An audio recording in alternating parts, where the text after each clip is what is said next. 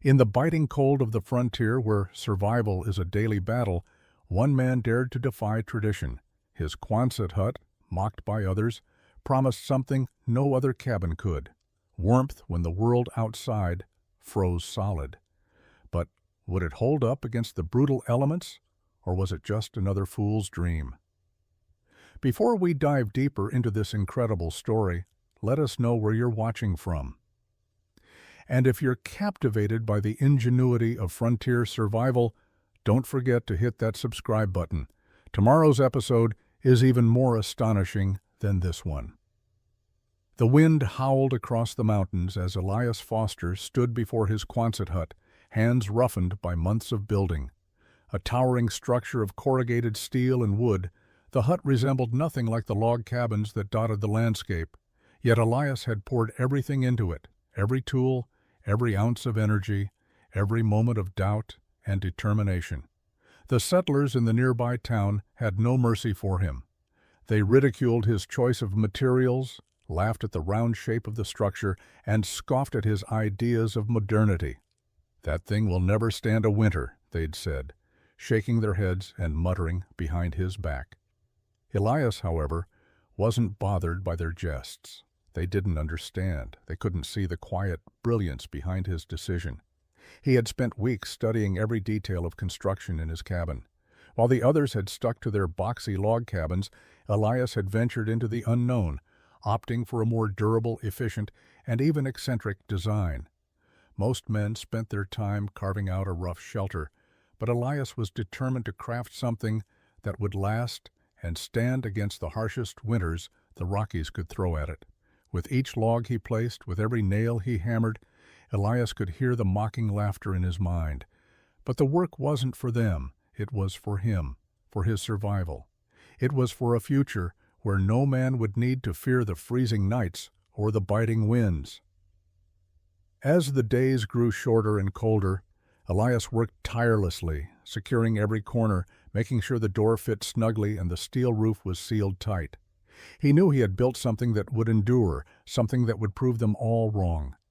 The cabin was finished by late October. Elias stood at the entrance, taking in the view of the vast wilderness beyond. The snow was already starting to coat the ground, but inside the hut the air was still and dry, warm from the heat of a single stove.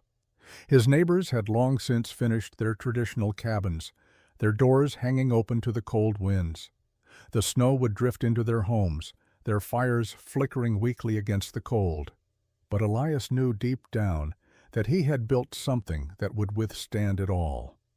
The winds came howling down the mountain pass in late November, bringing with them the kind of storm that made even seasoned frontiersmen shudder. Elias had prepared for this. He wasn't about to let a little snow and ice prove him wrong. His Quonset hut was tested right from the start. As the storm rolled in, Elias sat inside the warmth of his cabin, watching the snow fall in thick sheets, piling up in the corners of his small window. The fire crackled in the stove, its warmth spreading out across the room. Outside, the world was quickly being swallowed by the storm, the wind whipping against the walls of his hut with a fury.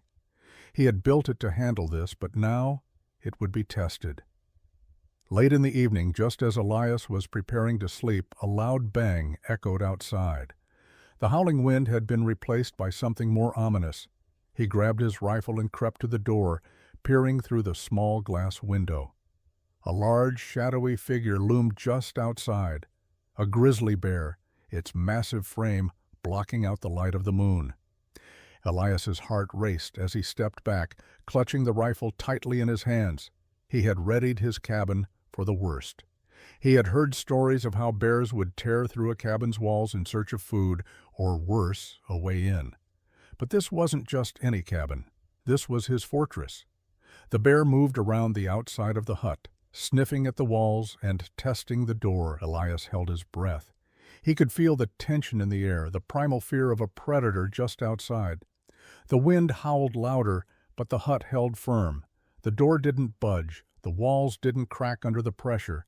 For a long time the bear circled, pawing at the walls, but it couldn't get in. Elias stayed still, watching the bear's futile efforts from the safety of his cabin. As the minutes passed, the creature grew frustrated and, after a long while, lumbered away, leaving Elias with a mixture of relief and pride. His Quonset hut had held up under the first real test of the wilderness. The storm raged on, but inside his home, Elias was safe. The following day, Elias's neighbors came to see the damage done to their cabins. Most had their doors ripped off, their walls cracked, and their supplies scattered by the wild animals seeking refuge from the storm. Yet Elias's Quonset hut stood untouched. Inside, the fire continued to burn, and the warmth never faltered. For the first time, the other settlers began to question their own methods. They had never seen anything like it. And while they were still hesitant, they couldn't deny that Elias's strange home had proven itself. Winter settled in with a vengeance. The snow piled higher and higher, and the temperature dropped lower than anyone had predicted. The whole frontier seemed to fall into a deep frozen silence as the wind howled through the mountain passes. The settlers who had mocked Elias's Quonset hut found themselves battling the elements day after day, constantly fighting to keep the cold at bay. They had learned the hard way that no cabin, no matter how stoutly built, was truly safe from the wilderness's rage. But Elias had something they didn't, a home that worked with the elements, not against them. Days turned into weeks, and Elias remained inside his hut, warm and secure. His fire never sputtered, and his food stores lasted longer than they had in previous winters. He had built this cabin not just to survive the winter, he had built it to thrive in it. It wasn't long before word of his success spread. Curious settlers began making their way up the mountain to take a look at the Quonset hut that had weathered the worst storm in years. Elias didn't boast, but he welcomed the visitors with a quiet pride. He'd known all along that the structure would withstand the worst conditions. The others, though, were in awe.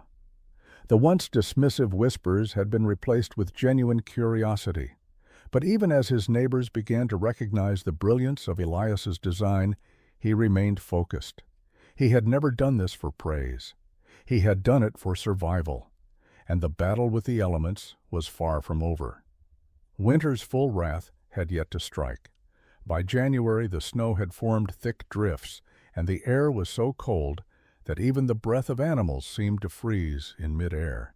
The river near Elias's home was starting to freeze over, and the ground was hard and unforgiving beneath his boots.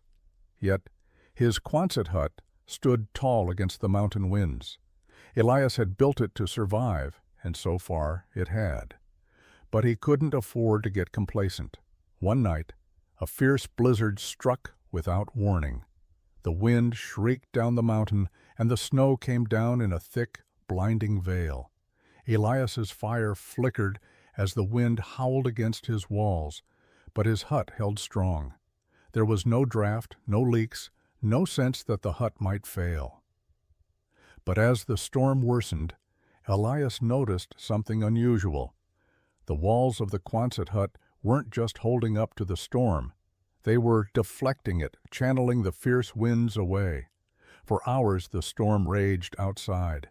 Elias stayed inside, watching the walls of his home do exactly what he had intended: protect him from the brutal, relentless forces of nature. He slept soundly that night, the warmth of the cabin cocooning him from the cold outside. When the storm cleared the next morning, Elias emerged into a world blanketed in white. The trees were bent under the weight of snow, and the land was entirely still. His hut stood as solid as ever, unmoved by the storm. It had passed the ultimate test. The blizzard had thrown its worst at Elias's creation, and it had won. The community, now truly understanding the strength of his home, had a new respect for the man who had dared to build something different. Elias had proved them wrong, and though they had mocked him at first, they now looked to him for answers. His Quonset hut had stood strong against nature's fury.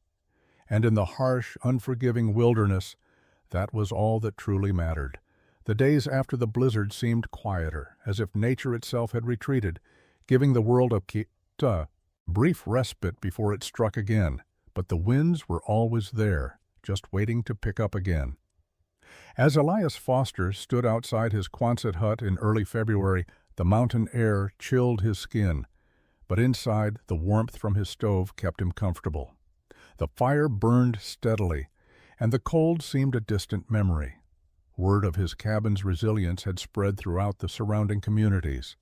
The other settlers who had once mocked him were now the ones knocking on his door, their eyes wide with awe. The same men who had once chuckled at his design now asked questions. They wanted to know how he had managed to create something so strong, so impervious to the elements.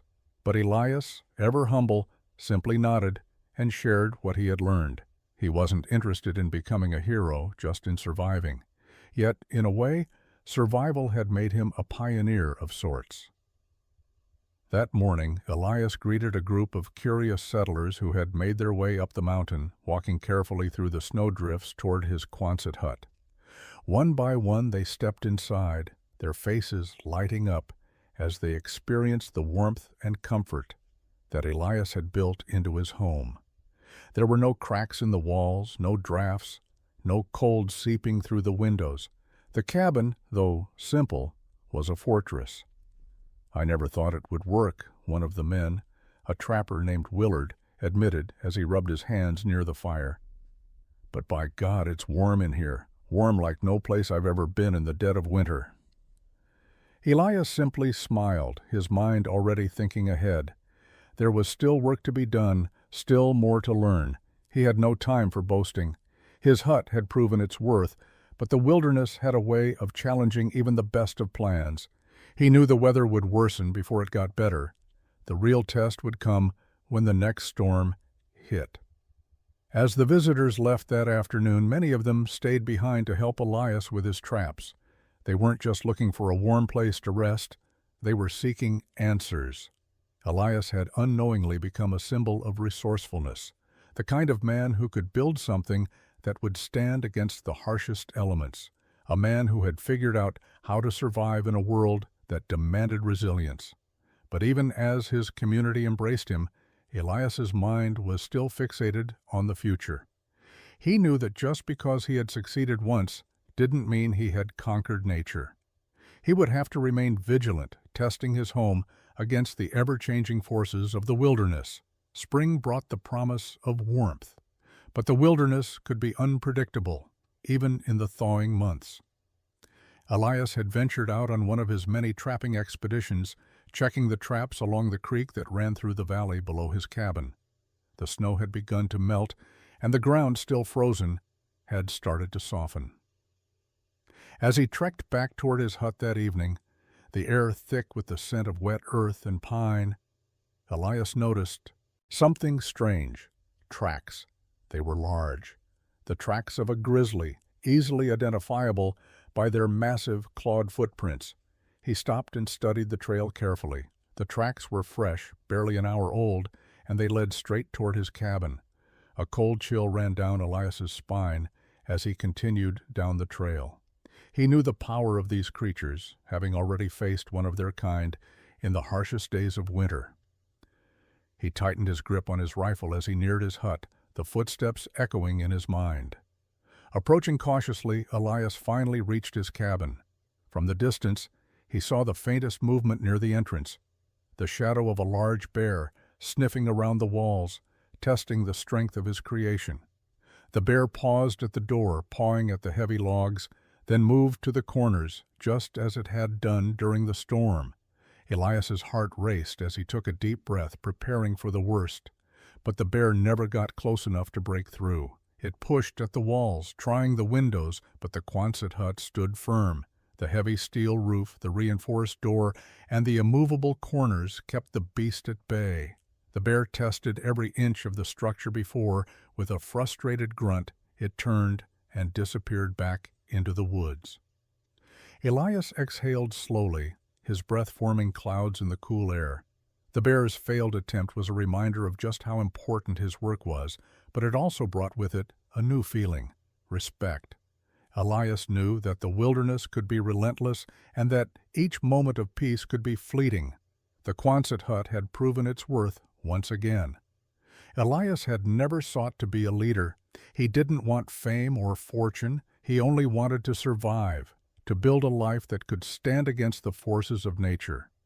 But as word of his success continued to spread, more settlers came to see his Quonset hut and ask questions.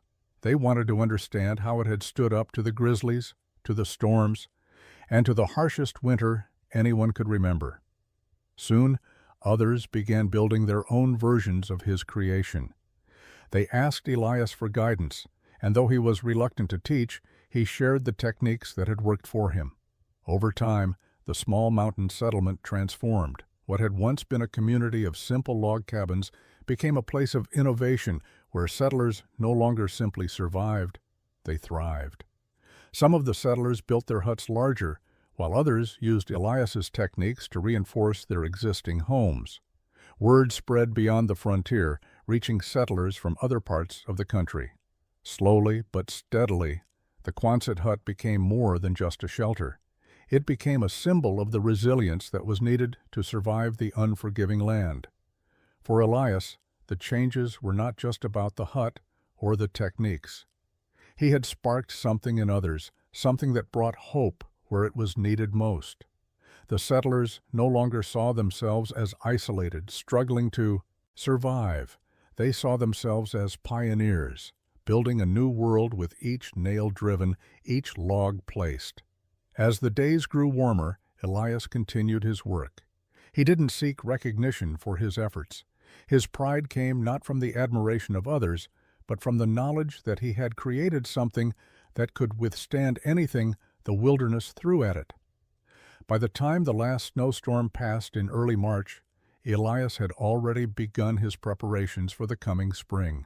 The winds had died down, and the harshest part of winter had given way to the soft, milder temperatures that marked the end of the season. The valley, once locked in ice and snow, was now full of the promise of new growth. Elias had spent the last few weeks reinforcing the structure of his Quonset hut, tightening the roof and adding a few finishing touches that he had been meaning to get to. The small cabin had become not just a home, but a sanctuary. The harsh weather, the beasts of the wilderness, the challenges of frontier life, they all seemed less daunting when Elias was inside, protected by the very walls he had created.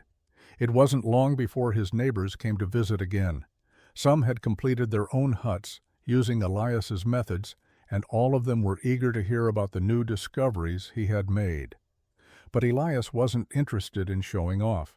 He simply invited them in, offering warmth, food, and a place to rest.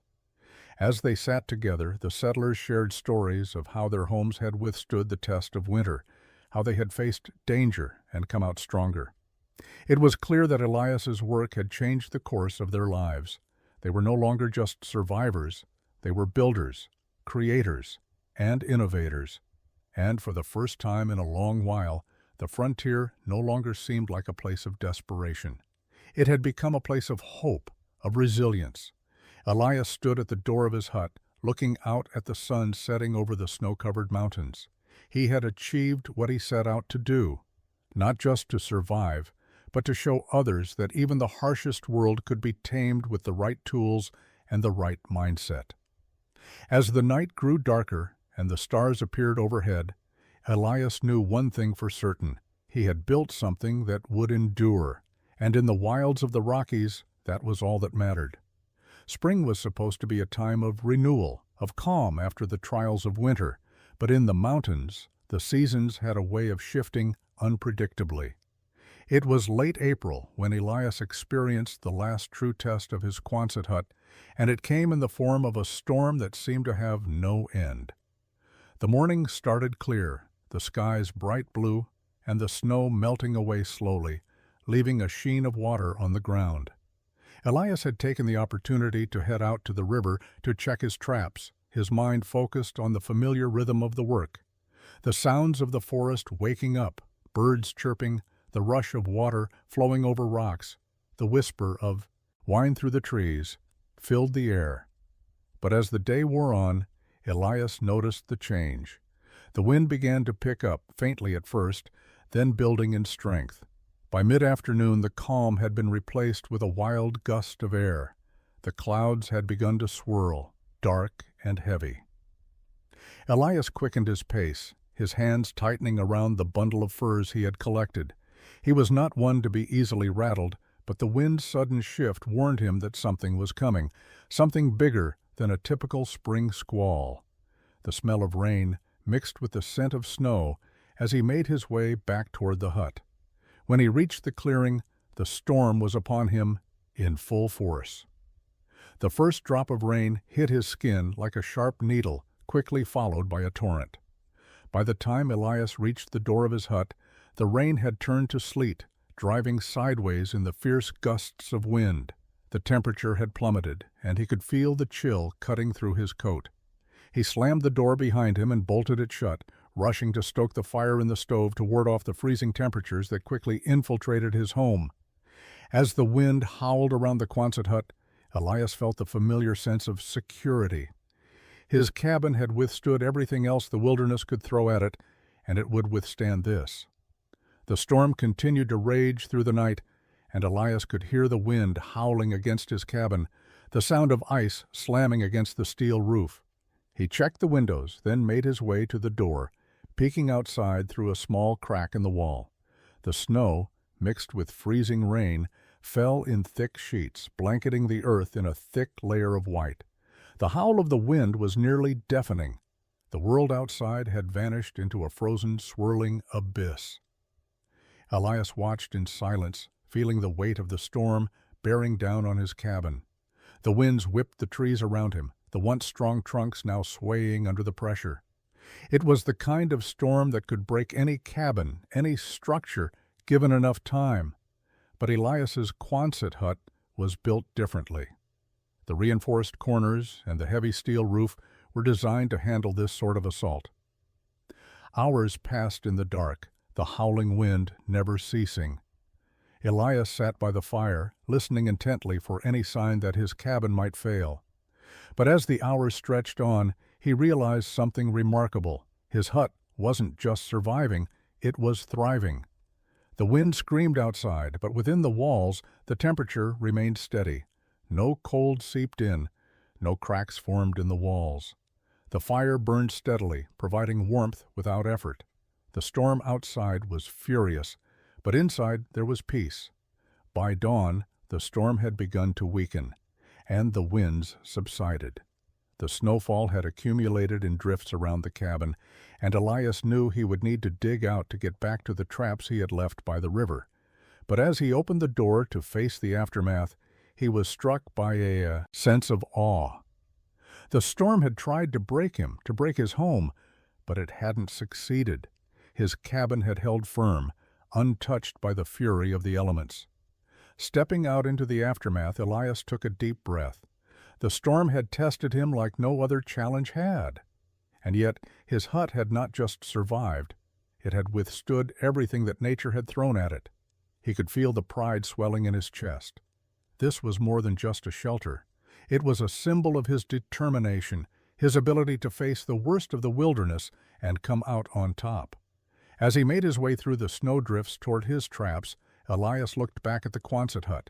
The wind had ceased, but there was no doubt in his mind that his creation had passed the ultimate test. He had built something that no storm could conquer. Months passed and the snow began to melt, the land slowly shedding its winter coat. Elias Foster, however, found himself restless, driven by a sense of purpose that went beyond mere survival. His hut, his invention, had proved its worth time and time again. It had stood firm against storms, grizzlies, and the harshest elements the mountains could deliver. But now Elias knew his work had only just begun. The wilderness had always been unforgiving, and no man could afford to sit back and rest on his laurels. He had built a strong home, but he knew that the real test of his legacy would be in how others would learn from him. As spring blossomed, Elias began visiting his neighbors more often, walking through the valley to check on their cabins and see how they had fared. The once dismissive settlers who had mocked his Quonset hut now greeted him with respect, asking for advice and guidance. Some had already started building their own versions of the hut, adopting Elias's techniques and making their own modifications. The ripple effect was beginning. One day, as he was walking along a familiar trail, Elias was approached by Willard, the trapper who had once doubted him. Willard, now with a deep respect for Elias's work, stood beside him as they looked over the valley. "You've done something here, Elias," Willard said quietly, his voice tinged with awe. "I can see now that it wasn't just about surviving the winters. It's about making something that lasts, something that gives us hope." Elias nodded. He wasn't a man of many words, and certainly not one for grand speeches, but he understood the weight of Willard's words. His work had not just transformed his life, it had transformed the lives of others. He had given the settlers something they could rely on in an unforgiving land. His Quonset hut had become a symbol of resilience, not just in the physical sense, but in the emotional sense too. "It's about more than just the structure," Elias replied, his voice steady but filled with conviction. "It's about the strength of the people who build it, the ones who refuse to give in to the elements, who find ways to make life work even when everything seems against them." As Elias spoke, he could see the respect in Willard's eyes. It was the respect of a man who had learned from his mistakes, who had come to understand that survival was about more than simply enduring. It was about adapting, evolving, and finding ways to thrive. Elias's legacy wasn't just in the Quonset hut itself, but in the way he had taught others to think differently, to innovate, and to never settle for less than what they needed to survive. Over the next few years, more and more settlers came to the valley, drawn by the stories of the man who had built a cabin that could withstand anything. Elias welcomed them with open arms, sharing his knowledge and techniques freely. He never asked for anything in return, for he knew that the greatest reward was seeing the way his ideas had changed the lives of others.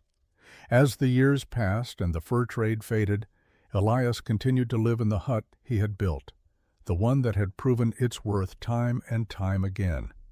His life had taken on a quiet rhythm, one of purpose and peace. The world around him had changed, but his Quonset hut remained, standing tall in the mountains as a testament to the power of innovation and resilience. By the time Elias grew old, the valley had transformed into a thriving community, one where cabins were built with the strength and endurance of his creation. He had built not just a structure, but a foundation for a future, one where survival was no longer about fighting the elements, but working with them. And when Elias finally passed, it was not the walls of his cabin that were remembered, but the strength of the man who had built them. Elias Foster's legacy was one of quiet determination, of a man who had refused to accept the limitations of his world and had instead shaped it to his will. And long after he was gone, the Quonset huts he had inspired would continue to stand as a reminder of what could be accomplished when a man set his mind to it, no matter how fierce the wilderness might be. As the years passed, Elias's Quonset hut became something more than just a shelter. It became a symbol. What began as a lone man's desire to create something to withstand the brutal forces of the wilderness had blossomed into a method that transformed an entire community. The settlers who had once dismissed Elias's creation had now adopted it as their own. Newcomers arrived in the valley, drawn by the stories of a man who had built a cabin that could resist the savage grip of nature. By the spring of 1842, the small settlement where Elias had first built his hut had grown into a thriving hub of trappers, settlers, and adventurers. Elias had witnessed the change firsthand, how the harsh mountain landscape had transformed into a place where people could survive and thrive, all because of a simple design, a Quonset hut that defied the odds. Though Elias had never intended to become a leader, he had unwittingly become one. He was now the mentor, the one who taught others the ways of survival, who showed them how to build homes that could endure. And as his reputation spread, people came to him not just for advice on construction, but for guidance on how to make it through the harsh winters, the brutal storms, and the unforgiving wildlife. But Elias was not the same man who had first come to these mountains, isolated and focused on his survival. The passing years had softened him, had turned his once solitary existence into one intertwined with those around him. He had become a part of the community, no longer just the outsider with an odd hut, but a trusted figure, a man who had seen the worst the wilderness could throw at him and had emerged stronger for it. One crisp autumn day, as Elias worked on reinforcing the roof of his Quonset hut, something he did routinely to ensure its continued strength, he was approached by two men he didn't recognize. They were rough-hewn, dressed in the simple, hard-worn clothing of men who had seen their share of struggle. Their eyes were filled with curiosity, but there was a sense of respect in their gaze, too.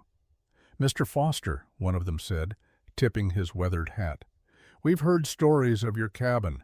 They say you've built a place that can stand against anything." Elias paused for a moment. His work halted. He wiped his hands on his pants and studied the men, sensing that they were more than just passing travelers. "That's right," Elias replied, his voice steady but not unkind. "It stood against grizzlies, storms, and winters that would make most men turn back." The other man, a younger one, stepped forward hesitantly. "We've been living down in the valley for the last couple of years. We've heard talk about your place. Word is you've built more than just a cabin. You've built a way of life." Elias studied the young man's face, reading the earnestness in his eyes. The fire of ambition, of wanting to make something better for himself, was evident. It was the same fire that had once burned within Elias when he first set foot in the wilderness, struggling to survive and build a future. "You're not the first to come looking for answers," Elias said slowly, eyeing the two men. "I've shared what I know with anyone willing to listen. This land isn't easy, but if you're smart and work hard, you can make a life here." The men exchanged a glance, and it was clear that they weren't just looking for advice. They were asking for a chance to learn, to take part in what Elias had started. It was then that Elias realized something he had never expected. His hut, his methods, had become a part of something much bigger than he had ever imagined. "You'll have to work hard," Elias continued, the weight of his words grounded in years of struggle. "But if you want to learn how to build a cabin like mine, to live in the wilderness the way I have, I'll show you. It's not easy and it takes patience, but you'll be ready for whatever comes your way." The men nodded, their faces serious. They weren't here for a quick solution. They were here for something that would last. Over the next few weeks, Elias spent time teaching the two newcomers how to build a Quonset hut. He showed them the care it took to select the right materials, how to reinforce the corners to make sure they wouldn't be vulnerable to the strongest storms or the heaviest snows. They worked side by side, Elias guiding them patiently as they learned the delicate balance between strength and efficiency, between survival and comfort. But Elias knew that this wasn't just about construction. It was about something deeper. It was about passing on the wisdom that the wilderness had taught him. The lessons learned in isolation, the trials of the past that had molded him into the man he had become, were now being passed on to a new generation of mountain men and settlers. By the time the two men had completed their own hut, they were no longer strangers to Elias. They had become part of the community, part of the legacy that Elias had helped build. The landscape of the valley had changed, but the one thing that remained constant was the hut that had started it all. Elias stood back and looked at the growing settlement, a place where people could now depend on each other, where the harsh mountain life was no longer a constant struggle for survival. It was a place where men could build a future, and that in itself was a triumph. Years passed, and as the fur trade dwindled, Elias's Quonset hut became more than just a practical necessity. It had become an emblem of resilience, a testament to the ingenuity that had come from necessity, and ultimately, it had become a place of pride for those who had built it and who had seen its success. Elias had seen the arrival of the next wave of settlers, and he watched with quiet satisfaction as they carried the lessons he had taught them, building their own versions of his creation and thriving in a harsh world. But even as the settlement flourished, Elias felt a change in the air. Time, as it always does, was wearing on him. His hands, once steady and strong, were starting to tremble. His once quick steps were now slower, more deliberate. His hair had grayed, and the fire that had once driven him to build and innovate had dimmed slightly. The world was changing around him. No longer was the frontier as wild and untamed as it had once been. The valley was now filled with farms, ranches, and growing settlements. The rugged isolation that had once defined Elias's life had begun to fade. And though the settlement had thrived, Elias felt the weight of time pressing on him. One crisp fall day, as he sat outside his Quonset hut, looking out over the valley, he was joined by Willard, the trapper, who had once come to him seeking guidance. "You've done well here, Elias," Willard said, sitting down beside him. The two men had become close over the years, bound by shared struggles and mutual respect. "This place, what you've built, it's more than just a cabin, it's a whole way of life." Elias nodded, his eyes tracing the familiar landscape. It was true, the settlement had grown, and the people who lived there now were thriving, living lives that weren't just about surviving, but about building. They were prospering because of what Elias had started, and for that he had no regrets. "I never set out to build a legacy," Elias said quietly, his voice tinged with the wisdom of age. "I just wanted to survive, to live in a way that made sense. But somewhere along the way, it became more than that." Willard studied Elias's face, his expression serious. "You've given them something they can rely on, something that's bigger than just the land or the cabins. You've given them a future." Elias sighed, leaning back against the wall of the hut. He had no words to explain the deep sense of peace that had settled in his chest. He had never sought fame or glory, but as he looked at the flourishing valley before him, he knew that his work had left a lasting impact. Time was a relentless force, but as long as his Quonset hut stood, Elias's legacy would endure. It was no longer about the man who built the cabin, it was about the people who had learned from him, who had taken his knowledge and made it their own. The wilderness had shaped Elias Foster, and now, in turn, he had shaped the wilderness in ways that would last for generations. Elias may have been growing older, but the future of his world was just beginning. As the years continued to march on, Elias Foster found himself a figure of history. His Quonset hut, the simple structure that had once been mocked, now stood as a permanent fixture in the valley, admired by all who passed through. It was no longer just a shelter, it was a monument to resilience, an enduring symbol of the wisdom gained through struggle. The settlers who lived there had built their lives on the foundation of Elias's teachings, and it was clear that his influence would stretch far beyond his time in the wilderness. Elias, however, felt the weight of age in ways that couldn't be ignored. His once steady hands now shook slightly as he worked, and his steps had become slower, more deliberate. His thoughts, too, seemed to linger longer on the past, reflecting on the years of hardship and triumph that had led him to this moment. The world around him had changed, as it always did, and though the settlers of the valley were thriving, Elias felt a quiet sense of finality creeping in. He had lived a full life, one marked by a relentless determination to survive, to build, and to teach. But time, as it does for all men, was now claiming him. One cold autumn morning, Elias sat outside his Quonset hut, his weathered hands wrapped around a cup of hot coffee. The leaves on the trees had turned golden, and the wind had a bite to it, a reminder that winter was fast approaching. He gazed out over the valley, watching the bustle of the community as families tended to their crops, children played, and settlers went about their work. It was a scene he had once dreamed of but never fully imagined, a thriving, self-sustaining community. Willard, now an older man himself, approached him with a gentle smile. They had spent many years together, and there was a bond between them forged by shared hardship and mutual respect. Sitting down beside Elias, Willard looked at the old man with a knowing expression. "Elias," Willard said, his voice quiet but firm, "you've built more than a cabin. You've built a future here. People depend on you and what you've taught them." Elias turned his tired eyes toward Willard, a faint smile curling at the corners of his lips. "I've built a way to live, Willard, a way to endure. The rest, it's up to them now. I've done what I came here to do." Willard nodded, understanding more than anyone the weight of Elias's words.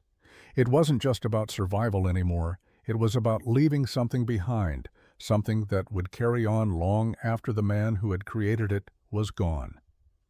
As the day drew to a close, Elias felt a sense of peace settle over him. The world was changing, yes, but the foundation he had built, through hard work, grit, and a little bit of stubbornness, would endure. His legacy, woven into the very fabric of the valley, was something that would last for generations. That night, Elias lay in bed, listening to the soft rustling of the wind outside. His eyes closed slowly, and for the first time in many years, he felt the weight of sleep draw him in without resistance. He had no regrets.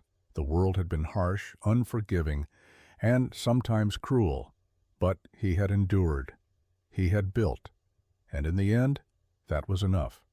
Elias Foster passed away quietly in his sleep that night. The man who had changed the landscape of the frontier, who had turned a small Quonset hut into a symbol of survival, had found his rest. Elias's death left an undeniable void in the valley. The settlers who had once looked to him for guidance now found themselves faced with the task of moving forward without the man who had shaped their way of life. While grief settled heavily over the community, there was also an understanding that Elias's work had been more than just physical construction. It was the passing of a way of life, a philosophy of resilience, of turning the wilderness's challenges into triumphs. In the days following Elias's passing, the valley seemed to stand still. The daily bustle of work slowed, and there was an almost reverent hush that fell over the land. The settlers knew what Elias had built wasn't just in the form of the Quonset huts they lived in. It was in the spirit he had instilled in each of them, the unwavering will to face the unknown with determination and ingenuity. Willard, who had been Elias's closest friend and confidant, found himself standing outside the old Quonset hut one morning alone in the quiet. The hut, though no longer Elias's, still stood as a monument to the man's vision. It was just as strong as it had been in its early days, its steel roof gleaming faintly in the sunlight. Willard's mind wandered back to the first time he had entered the hut, the first time he had witnessed the quiet genius of Elias's creation. It had been then that he understood. This man, this pioneer, had built more than a cabin. He had built a foundation for a new way of life. As the days went on, the settlers began to gather in small groups, each one discussing how to move forward without Elias's steady hand to guide them. Many of them looked to Willard, who had spent so many years working alongside Elias. It was clear to everyone that the torch had now passed to him. One evening, as Willard sat with his wife Sarah by the fire, he made up his mind. Elias's work, his way of life, could not be lost. It was too important. The settlers had embraced it, and they had seen how much it had changed their lives. They could not simply let it fade away with Elias. "I'll carry on his work," Willard said quietly, staring into the flames. "I'll teach the others. I'll make sure his legacy lives on." Sarah nodded, her hand resting on his. "I know you will, Willard. Elias's spirit is in all of us now. It's up to us to pass it along." The decision was made. Willard began to teach the younger settlers, the ones who had never known Elias, the art of building a home that could withstand the wilds of the frontier. He shared the knowledge Elias had passed on to him, showing them how to select the right materials, how to fit the logs just so, and how to reinforce every corner. It was clear that the Quonset hut would continue to be the backbone of the settlement's survival. In the years that followed, the community flourished just as Elias had hoped. The settlers continued to build and expand, each new home a testament to the lessons they had learned from him. And though Elias was gone, his spirit remained in the strength of the cabins, in the resilience of the people, and in the community that had been built around his vision.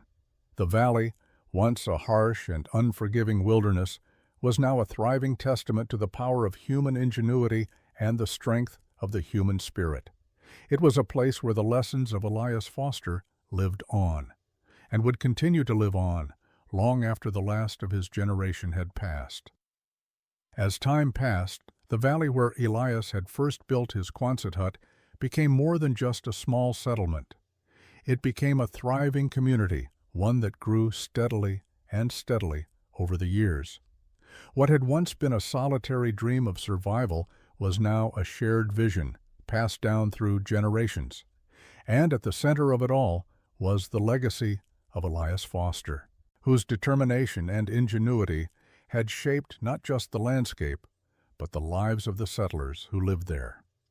Willard had taken the torch that Elias had passed, and with it, he not only continued Elias's teachings, but expanded upon them. New settlers arrived from distant lands, bringing with them their own knowledge, tools, and ideas. But no matter where they came from, one thing was clear. Everyone in the valley now built their homes using the Quonset hut method Elias had pioneered. And with each new hut, the valley grew stronger. Willard's work as a teacher was far from easy. Many of the new settlers were unfamiliar with the harshness of frontier life, and some were skeptical of the Quonset hut method. They had grown up in areas where homes were built with stone or brick, where the winters were milder, and where survival didn't demand as much ingenuity. The idea of using steel and timber to create a cabin that could withstand not only the cold, but also the ever-present threat of wildlife seemed unusual to them. But Willard persisted, showing them the benefits of Elias's design, demonstrating how the Quonset hut could hold up against the elements in a way that traditional homes simply couldn't. Slowly but surely, the settlers began to trust in his words. They saw the success of those who had embraced the method. They witnessed how the huts stood firm during snowstorms, how the insulation held heat even in the bitter cold, and how the reinforced walls kept predators at bay. They started to understand that the Quonset hut wasn't just a structure. It was a system designed for survival. With each passing year, more settlers arrived, attracted by the success stories they'd heard about the valley. Some came with the hope of starting anew. Some were simply looking for a safer, more reliable way of life. The valley, once a place of solitude and struggle, was now becoming a beacon of innovation, a model for frontier communities across the region. Elias's dream had grown far beyond what he could have ever imagined. Willard, though proud of what had been accomplished, still couldn't shake the feeling that there was more to be done. The Quonset huts had given them shelter, they had given them protection, and they had given them community, but there was always room for improvement. As the valley expanded, more resources were needed to support its growth. Food, tools, and shelter were essential, but so too was a sense of permanence, a way to ensure that the valley would thrive for years to come. One evening, as Willard sat with his family by the hearth, his mind wandered to the future. The Quonset huts had been the foundation of their survival, but how could they build a future that didn't rely on constant expansion? How could they preserve the legacy of Elias without losing the sense of simplicity that had made it so remarkable? The answer came to him one night as he looked out at the stars, the same stars Elias had gazed upon. All those years ago, they had built a home here, a place where life could flourish even in the harshest conditions. But now it was time to build something that would make that life sustainable. They needed to work with the land, not just take from it. They needed to balance the ingenuity of Elias's design with a deeper respect for the earth itself.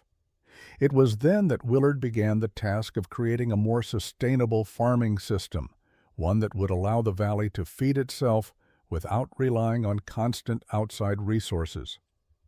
The settlers began to dig irrigation channels, plant crops that could withstand the harsh mountain environment, and grow their own food. They built storage silos, barns, and greenhouses, all using the same Quonset hut principles that Elias had used to build homes. Willard's vision had taken shape, not just a community that could survive, but one that could thrive sustainably. And it was all built on the legacy of one man, Elias Foster, who had started it all with a simple idea, a cabin that could withstand the worst of the wilderness. By the time the settlement had expanded, Elias's vision had become a living testament to what could be accomplished when necessity met innovation. Willard, now older and feeling the weight of time just as Elias had, stood at the threshold of the Quonset hut that had once been the heart of it all. His hair had turned gray, his steps slower, but his mind was sharp. The valley had changed, and so had he, but there was a deep satisfaction in the life he had helped create. The settlers now had everything they needed to sustain themselves: farms that provided food, homes that withstood the harsh winters, and a community that was not only surviving, but thriving. The Quonset huts had become the backbone of the settlement, their design allowing the valley to flourish in ways that no one had imagined possible. But as Willard stood there, looking out over the land, he knew that the time had come for him to pass the torch once again. In the distance, he saw a young man approaching, his gait confident yet respectful. It was Jacob, a bright young settler who had been working alongside Willard for the past few years. Jacob had always asked the right questions, shown a deep understanding of the importance of the land, and had proven himself a quick learner when it came to the practical knowledge of surviving in the valley. It was clear to Willard that Jacob was ready. Jacob had learned everything Willard had to offer: how to build the Quonset huts, how to grow the crops, how to build the community. But there was one thing he hadn't learned yet, the most important lesson of all. It wasn't just about surviving or building homes, it was about preserving what they had and ensuring that the next generation could continue the work Elias had started. "Jacob," Willard called as the young man approached. "I've been thinking. It's time for you to take over now. You've learned everything I can teach you. The valley is in your hands now." Jacob looked up at Willard, a mixture of pride and humility in his eyes. "But what about you, Willard? You've done so much. This community, this place, wouldn't be what it is without you." Willard smiled softly, the weight of his years settling in his bones. "It's time, Jacob. You're the future. You have the vision to carry this forward. Just remember, what Elias built was more than just the cabins. It was a way of life. It's up to you to keep it alive." The young man nodded, understanding the gravity of the task before him. It wasn't just about maintaining what Elias had started. It was about continuing it, adapting it, and ensuring that future generations would always have a place in the valley. The torch had passed once again, just as it always had. As Willard stood by the fire that night, surrounded by the familiar faces of the settlers who had become his family, he felt a deep sense of peace. The work was far from over, but it no longer had to be carried alone. The community had grown, had learned, and had found its way. And in that quiet moment, as the fire crackled and the stars sparkled above, Willard knew that Elias's dream was not just a dream anymore. It was a reality, one that would continue to live on long after he and Elias were gone. The legacy of survival, ingenuity, and community would endure, passed from one generation to the next, forever etched into the land itself. As the seasons passed, Jacob took on more responsibility in the valley, learning how to balance the needs of the community with the delicate preservation of the land. The Quonset huts continued to stand as symbols of resilience, but now Jacob understood there was more to carry forward than just the structures. One crisp morning, as he walked along the familiar trail near the river, Jacob stopped to admire the land. The valley had grown beyond the original settlement, now dotted with lush farms, fields, and sturdy homes. What had once been a harsh and unforgiving wilderness was now a thriving community. But Jacob felt a stirring within him, a need to push beyond the boundaries of what they had achieved. Elias's lessons on survival and Willard's teachings on adaptation had served them well, but Jacob knew the next step was to deepen their connection with the earth. He called a meeting of the settlers, gathered them together beneath the shade of the oldest oak in the valley, and shared his vision. We've built homes, we've farmed the land, but we must honor it more deeply. We must learn to protect it, not just take from it. The settlers listened, their faces thoughtful. Jacob spoke of sustainable practices, of integrating the natural world into their daily lives, rather than merely surviving within it. The seeds of a new era had been planted. It was no longer just about resilience in the face of nature, it was about harmony with it. Jacob's vision was rooted in what Elias had begun, and it would be passed down for generations.